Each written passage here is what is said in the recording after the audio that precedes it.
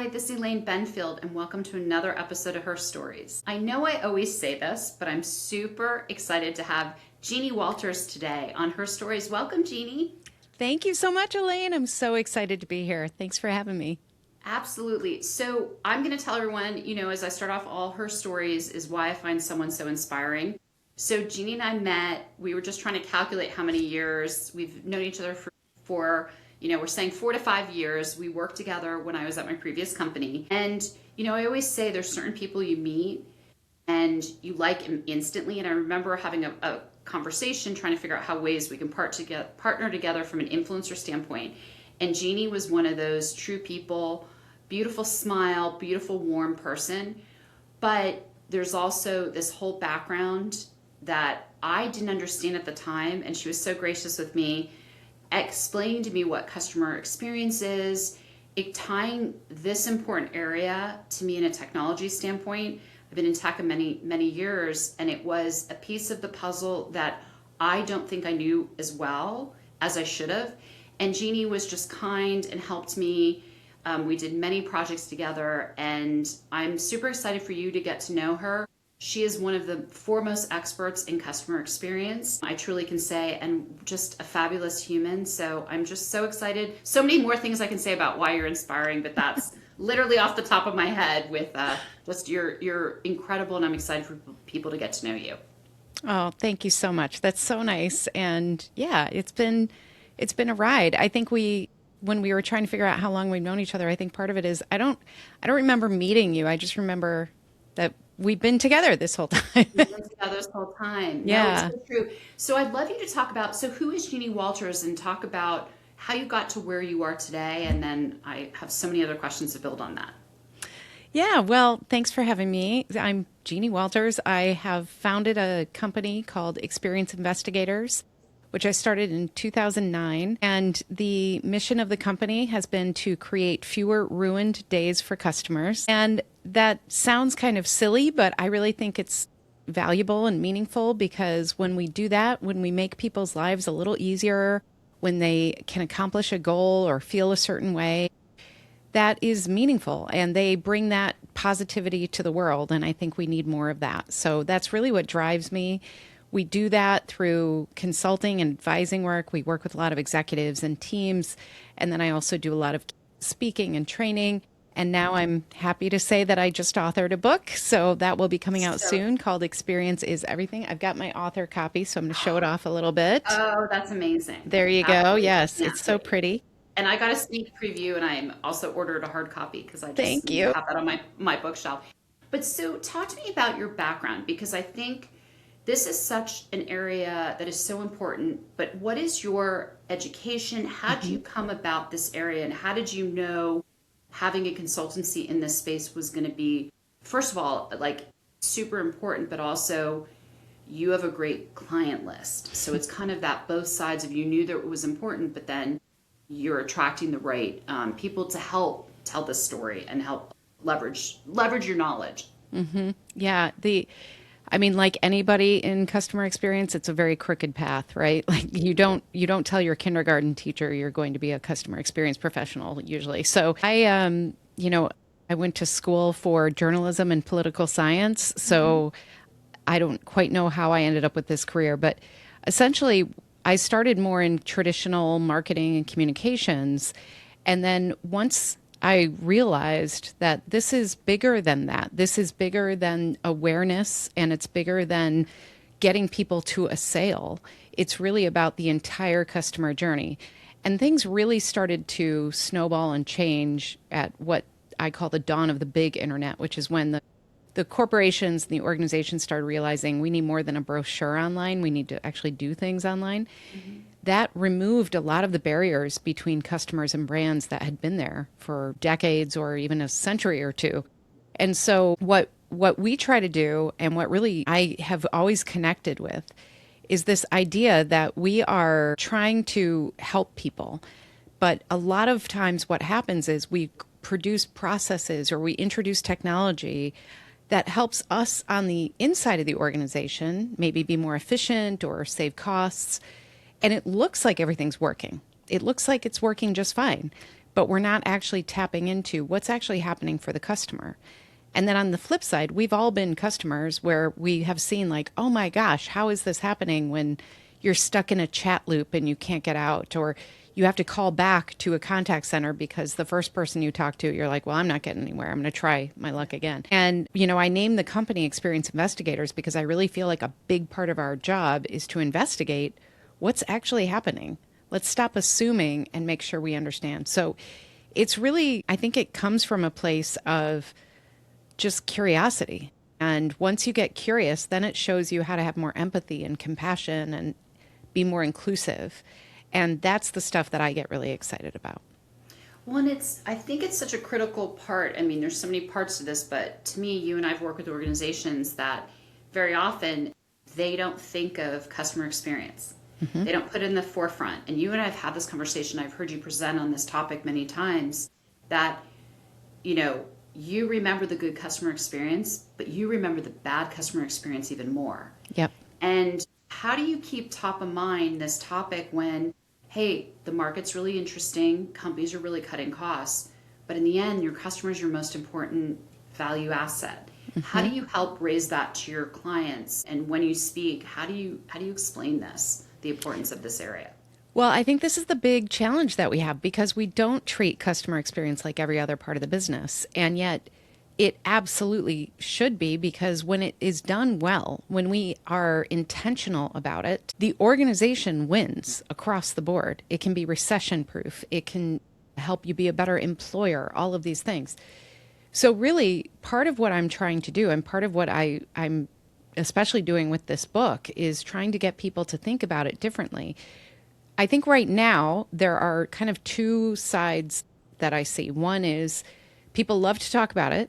And I've shared with you, like whenever I'm on a plane and I say what I do, I hear of somebody's worst customer service story, right? Like that for the whole plane ride. And we all have those moments and we can relate to those things. Mm-hmm. But what happens is when we are leading, a lot of times people say things like, well, we're going to be customer centric, or we put customers first. But they don't do anything more than talk about that. And then they get frustrated when their organization is not living up to that, and when their people don't know what to do with that, and customers aren't seeing that or feeling that. And then on the flip side of that, we became very obsessed with scores for a while. And so everybody was talking about Net Promoter Score and customer satisfaction, and those are important. But we were treating them like a magic metric. We were treating them like, as long as we're reporting on those things, then we're doing this customer experience thing. Yeah. And really, I believe we have to treat this just like you would never have a sales strategy where you say to your sales team, well, just go sell. Yeah. Just go sell. That's the strategy.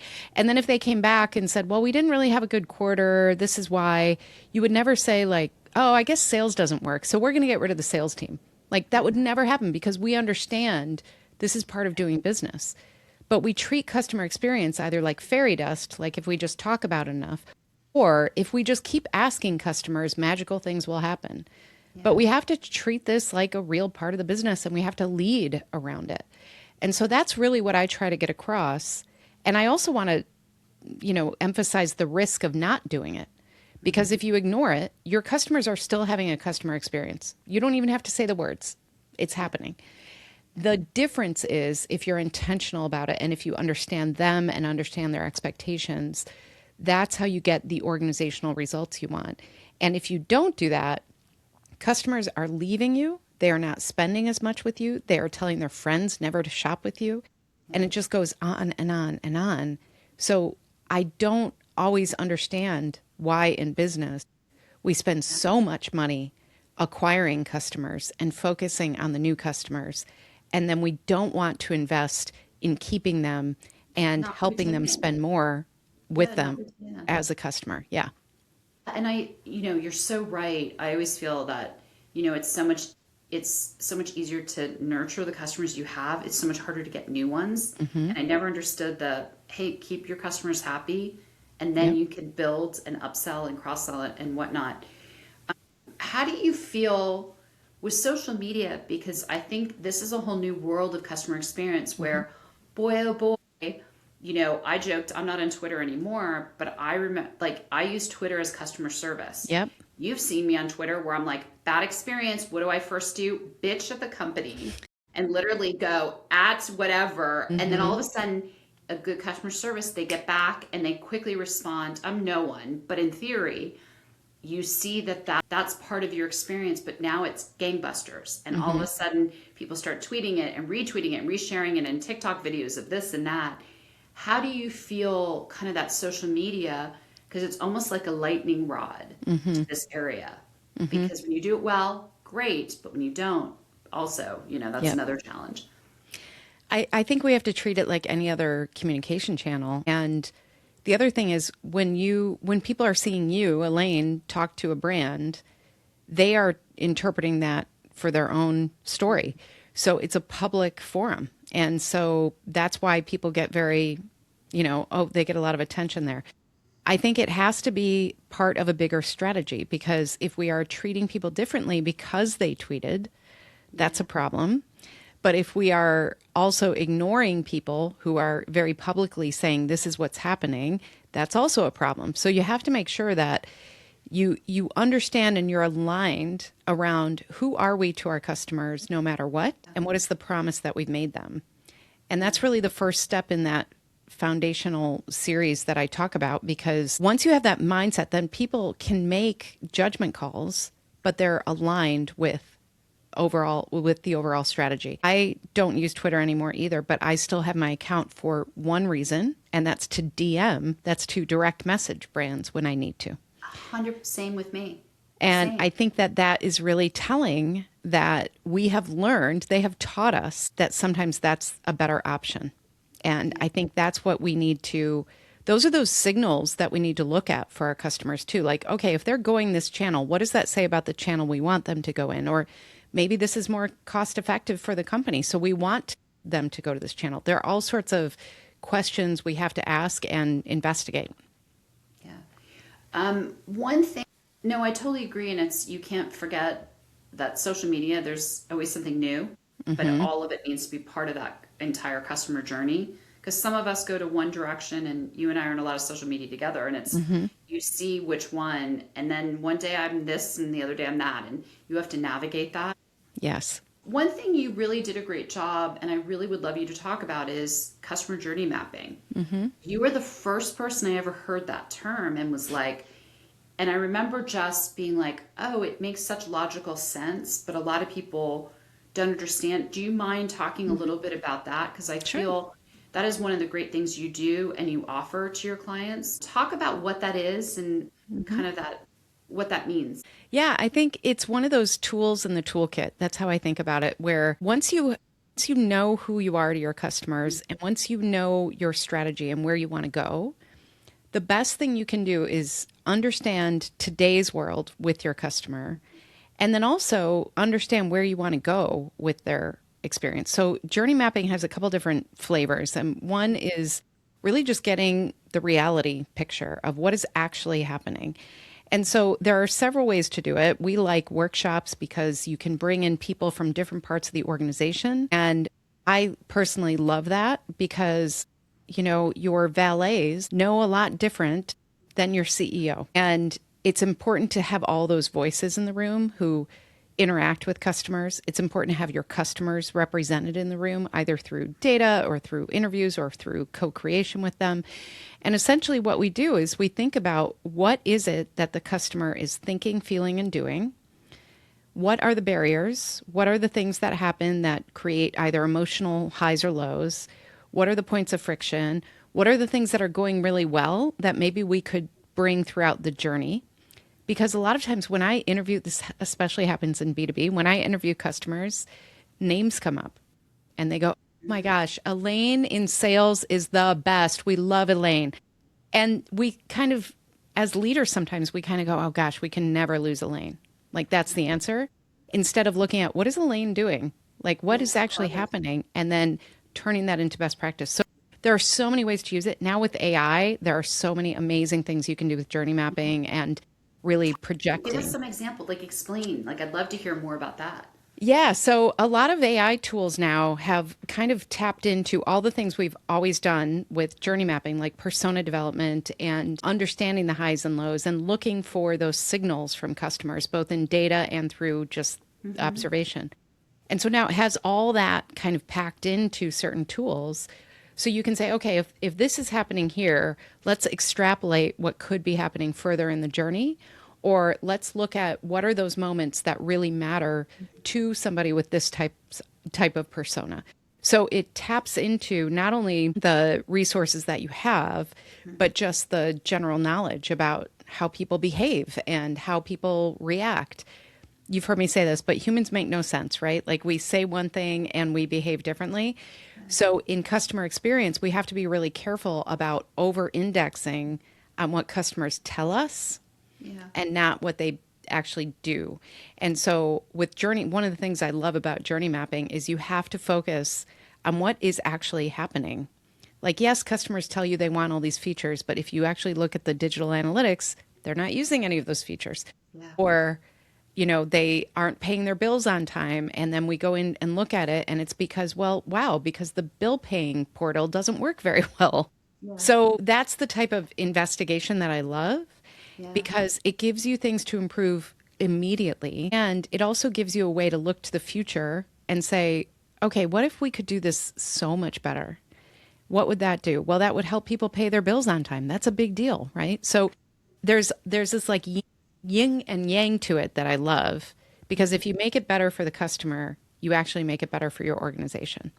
Yeah, that's so interesting. I never thought about it because I feel like, we've talked AI is everywhere, but you forget how it really can help with analyzing some of the data and where are some of the problems. And that to me is the power of it. Yes. With the data and the knowledge behind, it's at your fingertips to try to figure out patterns and recognize different pieces. Yep. Yep. What do you think, with this economy, it's what we talked about in the beginning. I find it so difficult that companies aren't putting this first. And it's something that it changes your whole business when you put your customers first.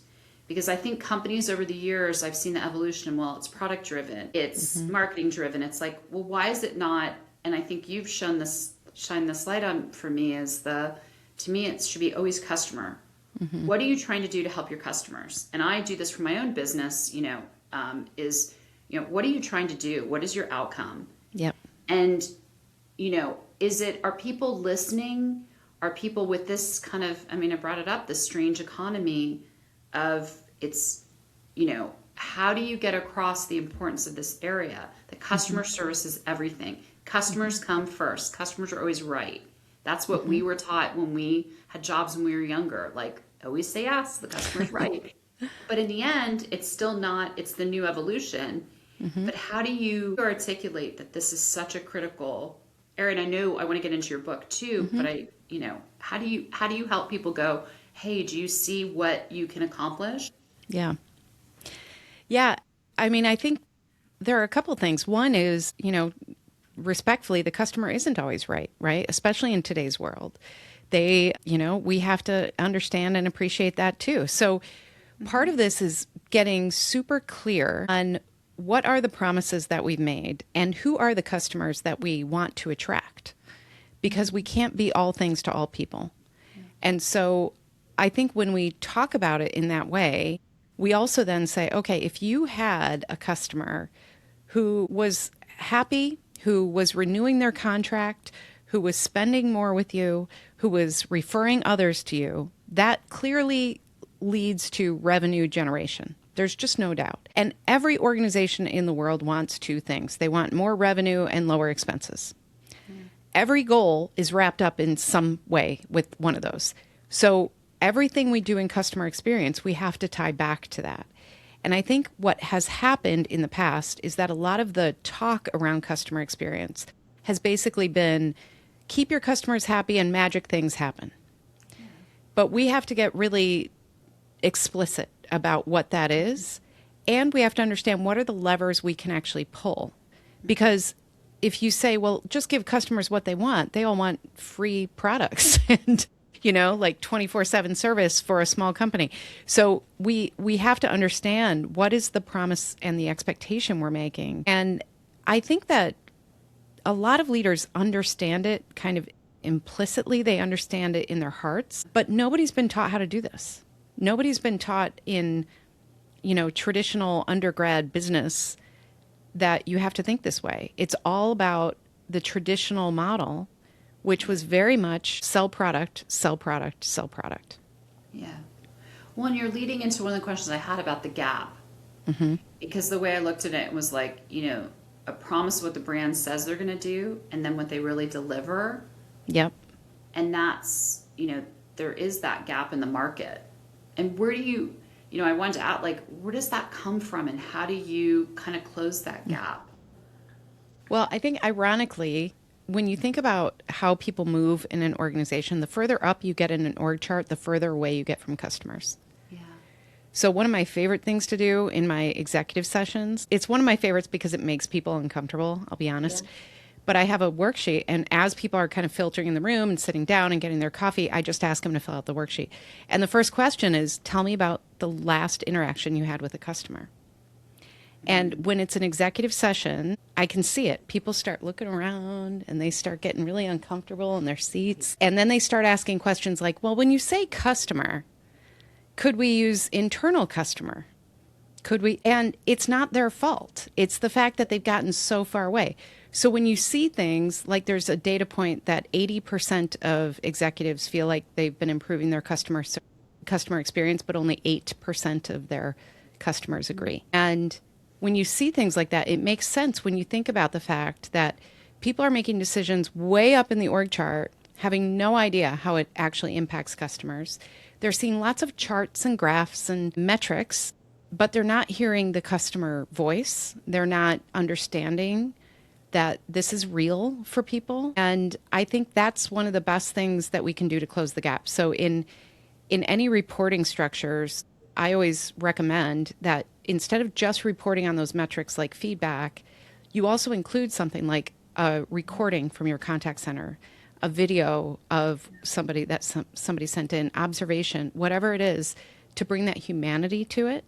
Yeah. Because nobody's ever been moved to make change by a pie chart. So they're not. No. We have to connect the dots between the metrics and the business objectives and the emotion and the humanity. So it's interesting. My first job was at an insurance company, and that made me realize like I had to be in the sales. And yep. But the fabulous president of the organization said, "I want you to go through the experience of trying to buy an." It was long-term care. Yeah. I want you to see how this is, and I want you to. But then I've had many careers where I've had to be the customer facing. I've had to be, and it's that, undercover boss where it's like, you want to hear how hard it is to like even get something basic, but it's true. Executives, what makes really good salespeople are they have that connection with the customer. And over time, as people grow in their career, they move. Yeah. It's like, but they were so good at talking to the customers and understanding their pain points and why. And you do lose that, as you said, that connection. Yeah, it is. And it's nobody's fault. It's not a bad thing. It's just that, that's how business works. And so what we have to do is, and this is really what I encourage anybody who considers themselves a customer experience leader, like part of our job is to connect those things together to help people understand what it's really like and to help people understand that they have a role to play. Because the other thing I hear sometimes is people say, oh, I was so glad you talk about this, Jeannie, because I get it. It's just the rest of my company that doesn't, right? Like everybody thinks they get it. And yet that person might be in billing, right? And they think, well, I just send out the bills. I don't have anything to do with customer experience. But that could be the only consistent communication touch point that somebody's getting. And so I think that there's a lot of this is explaining like we all have a role to play. And nobody can do this on their own. It's definitely a team sport. We need to interact. We need to collaborate on behalf of the customer because otherwise it becomes siloed and a blame game. And yeah, you know how marketing is. They never do that right. And I never hear back from engineering. And meanwhile, the customer is like, I don't care. Yeah. I just want my information or my product or whatever. So I think a lot of this is getting the word out that this is part of business, no matter what, we all have a role to play. One in switching roles.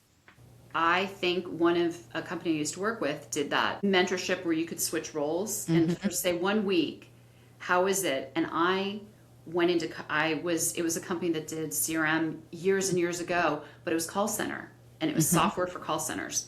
And I had to be in more calls because I was writing the script, I was answering the call. So they made me for 1 week, I had to do start to end. What are we trying to tell the customers? How are we selling? And do that. And I was like, oh my God, my scripts were too long and this was too hard. And people hung up on me and did all. And then I was like, oh my God, it was a day in the life of someone who was executing what I wanted, but I had no idea what they went through. Yep.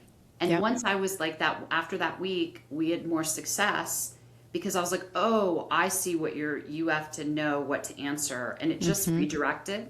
Yeah. And I feel like that's such an important, like these are things that I learned 20 some years ago. Yeah. But how impactful that I remember that being like 1 week of a call center. I was like, oh, that'll change your life. Them. I often recommend that if you've got if you've got 20 minutes as an executive, go down and listen to your contact center. It is amazing. It's amazing. And I've done some crazy things too. Like I had a ride along with HVAC repair guys. So I rode in the van, I went to their house visits, I saw what they were interacting with. And it really, like, one of the things that they were trying to do was figure out why were things taking so long? That was the complaint. But then when you see what they're actually doing and you realize, like, they don't even know what they're walking into half the time. And so we were able to really figure out, like, the complaint wasn't about how long it was taking. The complaint was about communicating. It was about tell me what to expect as a customer. Yeah. And so that is a lot of what can be revealing as well. It's not always a problem. It's about expectations and humans, we will fill in the blanks with bad stuff. So if we have a lack of information, we think bad things. Yeah. So over communicating, proactively communicating, making sure we understand who our customers are, and then also understand who are the people that we're asking to deliver for them too. Like contact center workers, they amazing things every day. These guys who do repair jobs, like, there's so much out there that I think sometimes is dismissed. Yeah. And we need to really include them in these bigger conversations because they're the ones who are not only delivering for the customer, but they know them the best. So that's what I love about including all these different types of people when we have these discussions, because you hear things that otherwise these people aren't ever in the room together. No. Well, it's also we talk about, to me, who is your first impression? What is it? You have 3 seconds to for someone to get to know you or just have that instant connection with you. And you always think if it's the person you're scheduling the HVAC.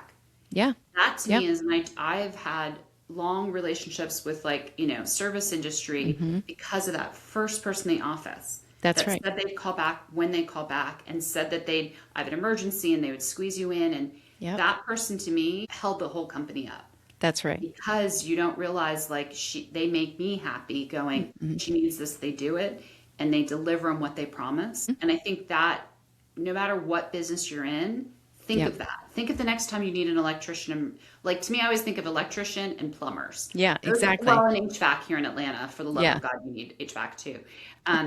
But it is so important that those people, you remember that. And then I'm a lifelong customer. I've moved 3 times and brought them with me because I know it's the full circle. The people that are great that come, and it is that, to me, it's the life cycle. It's the whole process.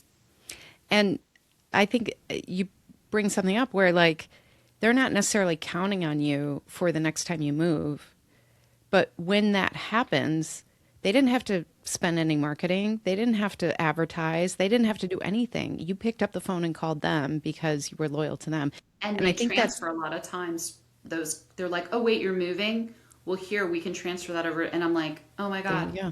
But that made me, I'm a lifelong customer now because of these things. Yep. Now, I want to get into, you and I have talked many years ago about, we both want to write books. And when you and I talked a while ago, last year, however long it's been, you were like, guess what? I'm going to do it. what was, because I think this book, I mean, really, I'm going to put this, you'll be on my resource page. I think everyone should read this book. I was so fortunate to get a sneak preview and was like, to me, you forget all the pieces of why this is so important, no matter what business you're in, and being your own investigator to find the things that are wrong. Mm-hmm. So talk about what was that catalyst moment where you're like, I'm doing it. Because I'm beyond proud. I'm a fangirl. You know that I just, but to me, that from our inception of, hey, I'm thinking about this, to it's going to be launched in April, you know, Mm-hmm. and if in God, a couple weeks, I'm just beyond excited. But that's, how did you, what was that tipping Mm-hmm. point to be like, I'm going to do it? Because it's hard. It's, It is you have hard. all the knowledge, but to put it down on paper and everything, Mm-hmm.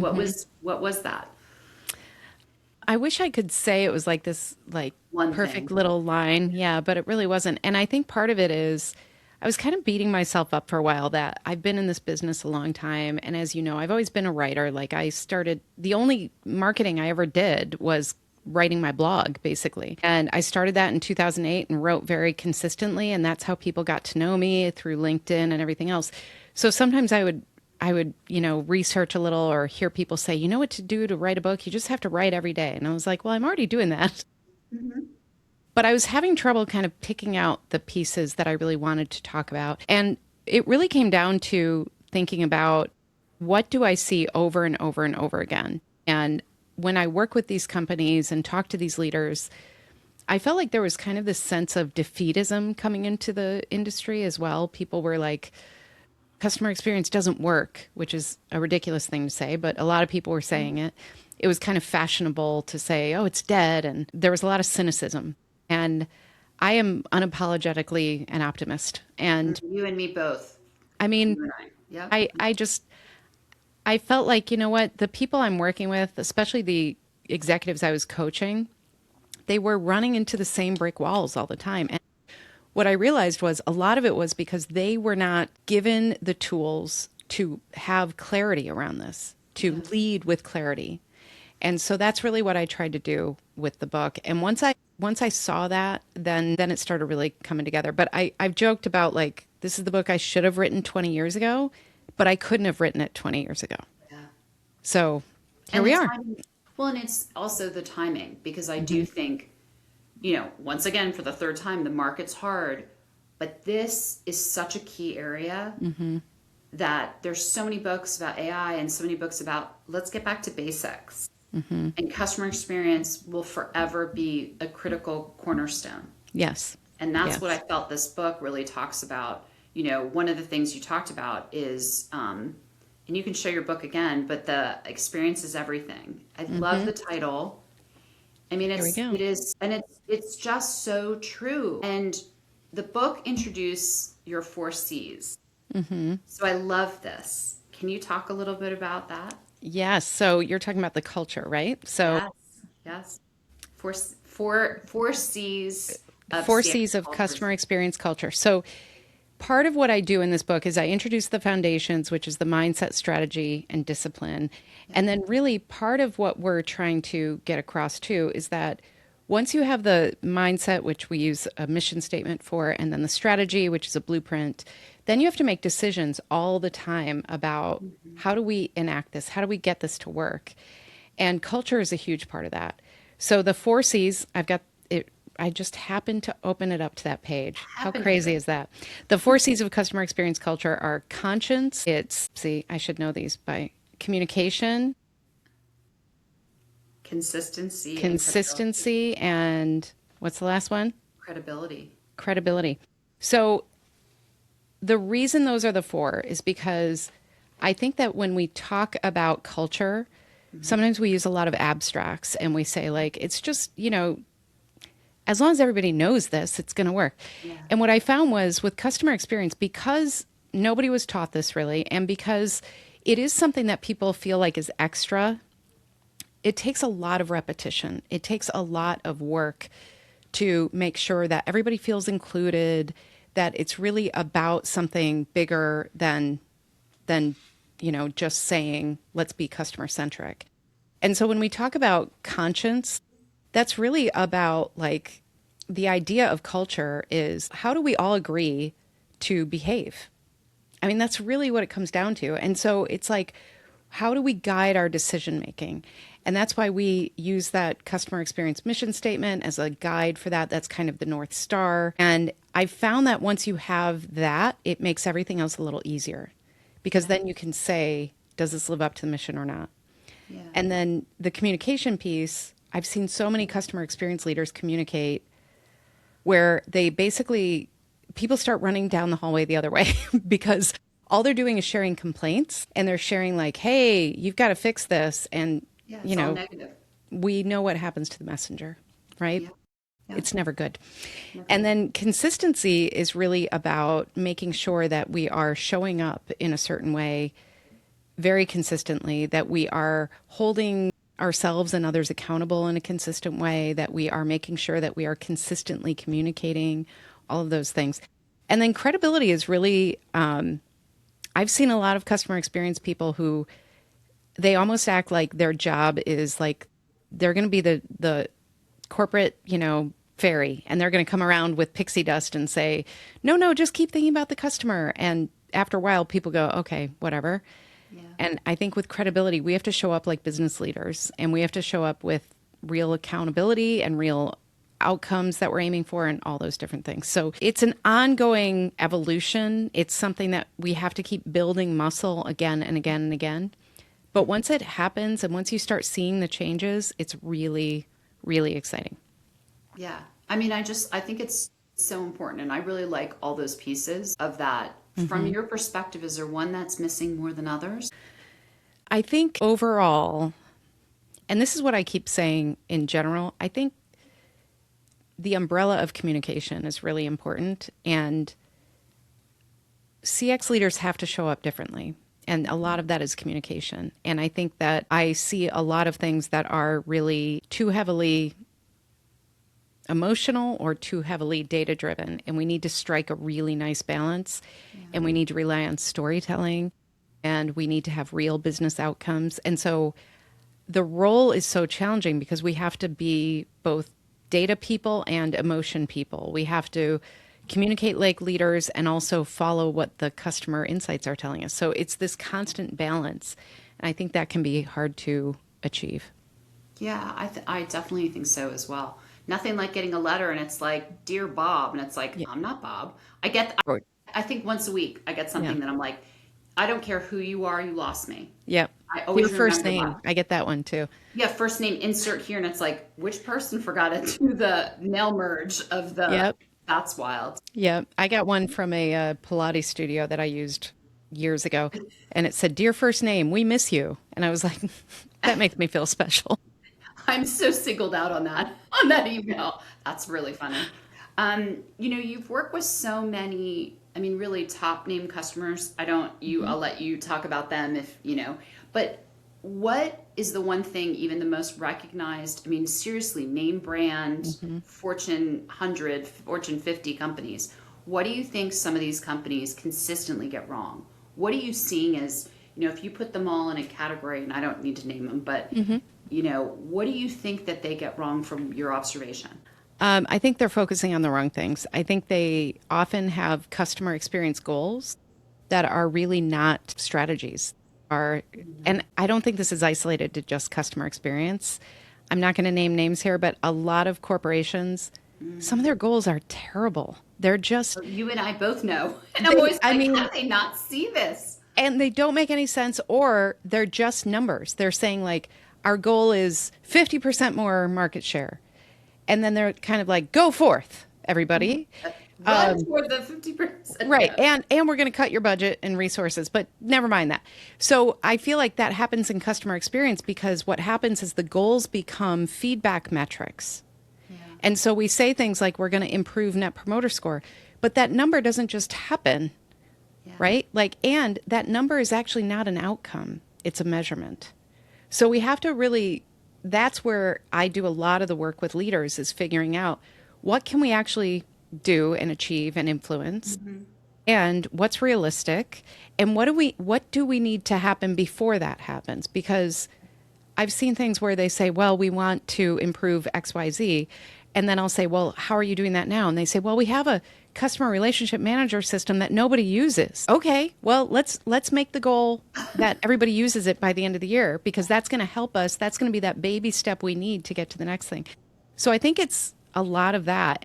Again, I don't think it's just customer experience, but I'm just constantly fascinated and shocked at Yes. how poorly some of these goals are written. Really written. And you and I've seen it. We've actually had conversations about it where it's like, really? Yep. Do you feel that there's another, we talked about NPS scores. I was working in a project for a client and I was like, their NPS score doesn't match. And I was like, what? And it's so static. Is there a new, and I haven't asked you this before, is there a new way? Are you helping your clients go, hey, not saying NPS scores, are bad, but what is the new, and do you help create new metrics around that? Because I think that's critical too of, It is. years ago, that was like, everything was based on that. And it's like, I'm not saying it's not a puzzle piece, but Right. what are you seeing and what do you recommend? What's like a new approach that you would recommend? Well, one thing I always say is there's no one magic metric. And I think a lot of organizations treated NPS like it was a magic metric, and that was the only thing that mattered. And NPS is hard to move in certain industries. Really hard. And there are certain times where it actually doesn't tell you. Like we are saying things like, well, if people say they're going to be a promoter, then they will be. But we know that people don't behave that way. And so I think that part of it is understanding that what people say and what they tell you is very important. So feedback is important. I always think about this as a Venn diagram. Like you have to consider this a different way. So based on what you're trying to do, you also want to define how you're measuring success. So feedback is certainly part of it. And you could have an NPS, customer effort score can be great sometimes. Sometimes customer satisfaction actually tells you more than NPS. It depends on the industry and other things. So you want to look at all of that. Then you want to think about what are people actually doing? How is their behavior showing you what they're feeling and actually how they're behaving? In B2B, we pay a lot of attention to things like retention and renewal, but we don't always pay attention to the signals leading up to that. Yeah. So we say, well, why are all the renewals going down? But then if you actually look carefully, you're seeing signals 6 months before that. And if you start tracking different things, you can actually get more information about their behavior. So you want to look at that. In the digital world, we have access to so many ways to track So much this. data.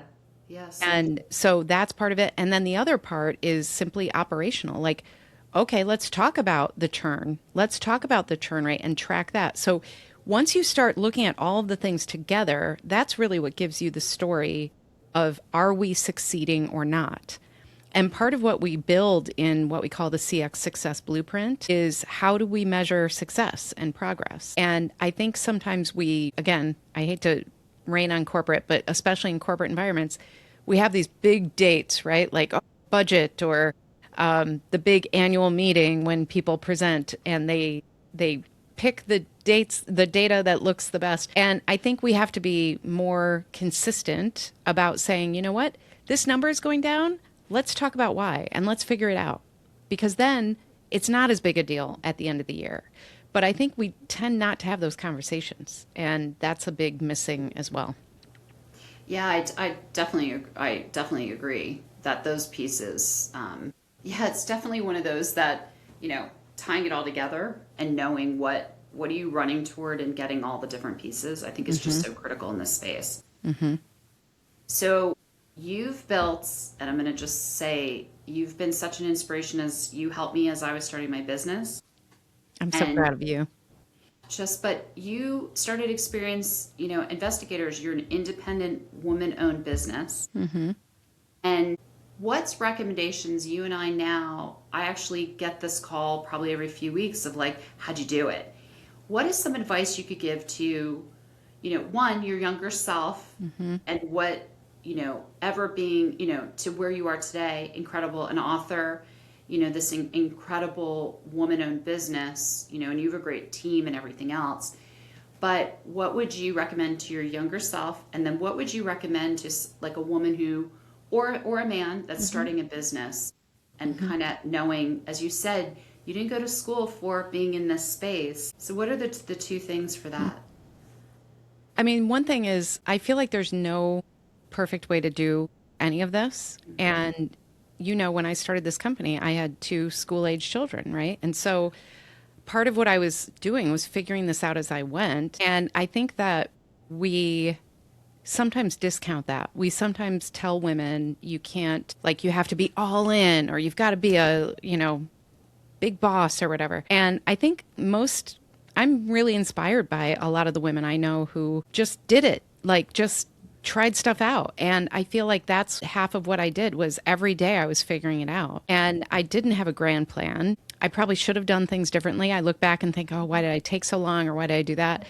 But at the same time, I was able to balance things in the way that made sense for me. So I think that's one thing is to give people permission to figure out what works for you. There's no perfect way. And then the other is that I've met some people who have kind of bought into this whole idea of, oh, I'm going to be an entrepreneur and it's so glamorous and I get to, create my own hours. And then a month in and they're kind of miserable. And I also feel like, you know what? That's okay too. Like, try stuff out. And if you don't love it, or if circumstances in your family change and you need to go take that big job again, there's no judgment. Like, everybody has to figure out their own path. And I feel like, especially when I started back in 2008, 9, there was a big, like, hyper discussion about how cool it was to be an entrepreneur and everybody was trying to do it. And that was never my intent. And I feel like we have to give people permission to just live their life the way it makes sense in the moment and be okay with that. When you said in the beginning, life is not linear. Right. Careers are not linear. And you and I have zigzagged and been like, but to me, one of the things that makes you incredibly inspiring is you knew that this was a market that you have incredible skills for. You created your market. And I'm creating That's my very market. nice of you. I don't know if I would claim that, but thank you. Oh no. My God, I will totally be the fangirl. Yes, you found there's a gap. And you found that there's a necessity. And you found you have a voice. And you found you can observe things that some people can't. And that to me is such a gift that, and I think that that's a credit to who you are and your knowledge and your experience, but also you take the time to listen. And I think that that customer experience, that's why you're so gifted in this area to me. And this book, I'm telling you, everyone, you have to read it because I think it's so important that there's so many tech books out there, but this is different. This is a unique that customer experience is everything. Experience is everything. And that to me is, if that could be a takeaway of, it is so important that you have to put this category in everything you do to think through it. Because we're all consumers, but we're all purchasers. We're all like, we're both That's sides. right. That's right. Yeah. Well, thank you for that. And I think the other thing I just put an underline under is, you know what? Like, we all have to work hard. We all have to figure this out. And I think that's another thing that people sometimes forget in today's world. They want everything to be easy. And I think part of this is when I get really passionate about it and when I'm kind of in that state of flow, it's because I know I'm working towards something for someone else, which is the customer. And I think that's another thing that I share with you as well, just that passion to do well for others. And that can be something that when things are tough, I think that's really important to remember. When it's also you thrive on seeing your customers succeed. You and I have that. I think that's another, we have a lot, as you can tell from us talking, we have a lot in common, but that's something that I've seen you excited about some of your projects and you're like, oh, I just learned this and this was cool. You find, as I love the title, this is the best explanation I've asked you many times, but why you picked the name of your company, because you really are investigating all these different pieces. And I think that that is such a key piece. And I don't think there's many people out there that are really going to that level of detail to map it, to come up with a strategy, to make a difference and a change. That's another great superpower of yours. Thank you. Thank you. So I want to ask, I want to do two last questions. One of them is, the book closes with a message that progress beats perfection. What does that mean for a leader who feels overwhelmed? Because I think the hardest part is, where do you start? Yeah. So what's your advice on Yeah. that? Well, one of the things that I hope the book does too is give people the tools to start somewhere, because I really believe that we can always improve something. We can always make a difference. We can always start wherever we are. And a lot of the work that I do with different leaders, one of the things I try to help them understand is that I will meet them where they are in the moment, because priorities change. We see the market and what can happen. Your boss can change and that can change everything. So nothing is static and nothing is linear.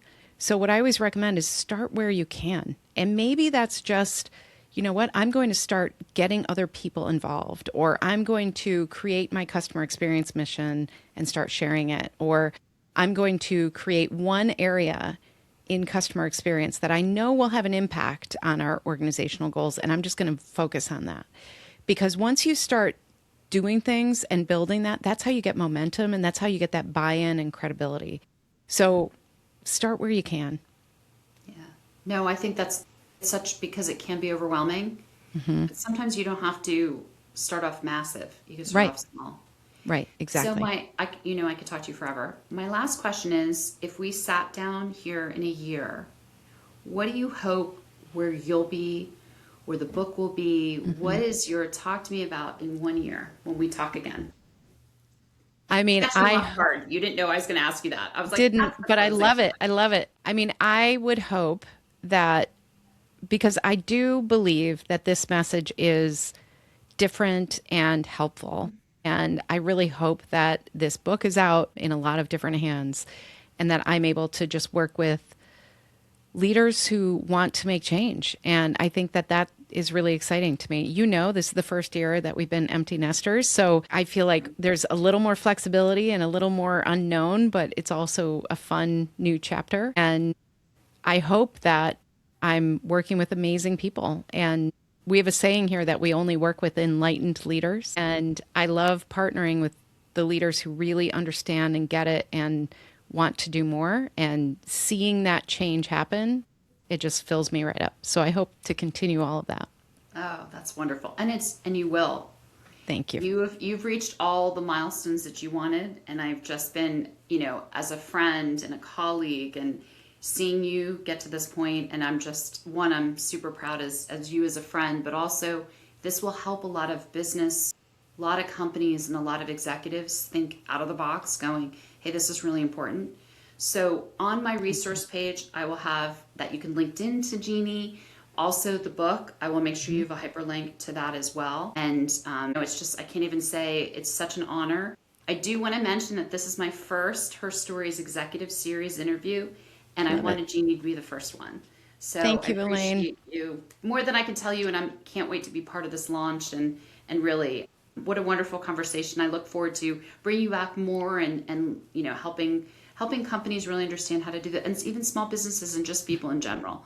It's a Well, huge thank you. huge piece.